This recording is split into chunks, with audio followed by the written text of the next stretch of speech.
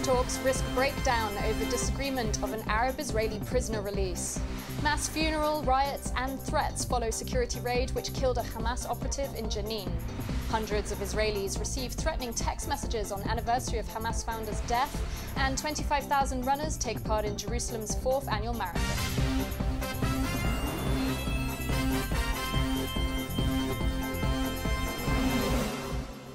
Shalom, welcome to the Jerusalem Post News. Our top stories for Sunday, March 23rd. Senior Israeli officials have warned the peace process is in danger of collapsing should Israel and the Palestinian Authority fail to agree about the releasing of Israeli Arabs within the final security prisoners release scheduled to take place next week.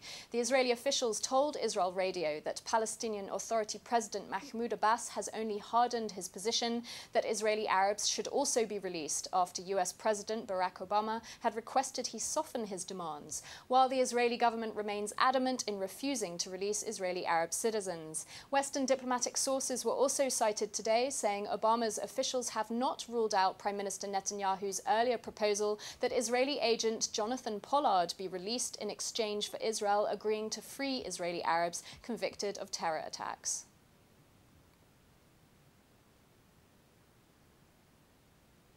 Three Palestinians were killed in gun battles that broke out during a counter-terrorism raid in the West Bank city of Jenin early on Saturday. Joint security forces had entered the refugee camp in Jenin to arrest one Hamas operative, Hamza Abu Elijah, who was shot dead after firing a gun from inside and then exiting a surrounded building. Prime Minister Netanyahu this morning praised security forces for the operation.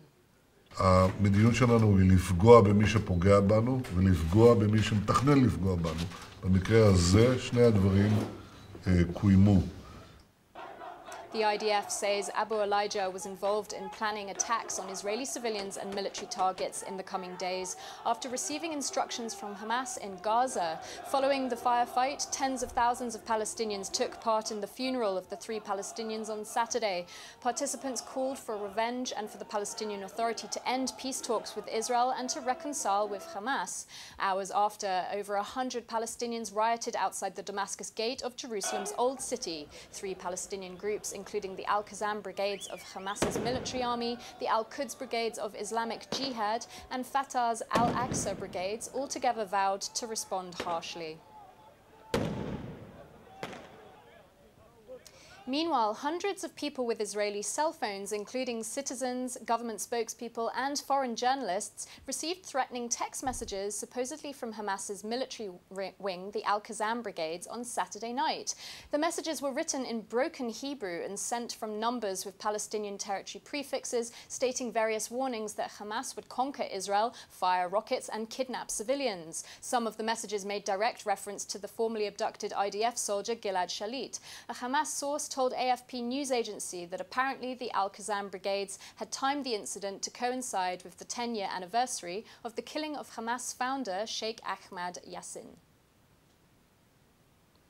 Kenya's Ronald Kimeli Kurgat won the 4th annual Jerusalem Winter Marathon on Friday, setting a new course record, completing the 42-kilometer race in 2 hours, 16 minutes and 9 seconds, and claiming a $10,000 prize. Some 25,000 runners took part in the various races, including a half marathon and a 10-kilometer race. Medics treated 37 participants injured during the race. The half marathon also saw Jerusalem Mayor and keen marathon runner Nir Barkat taking part.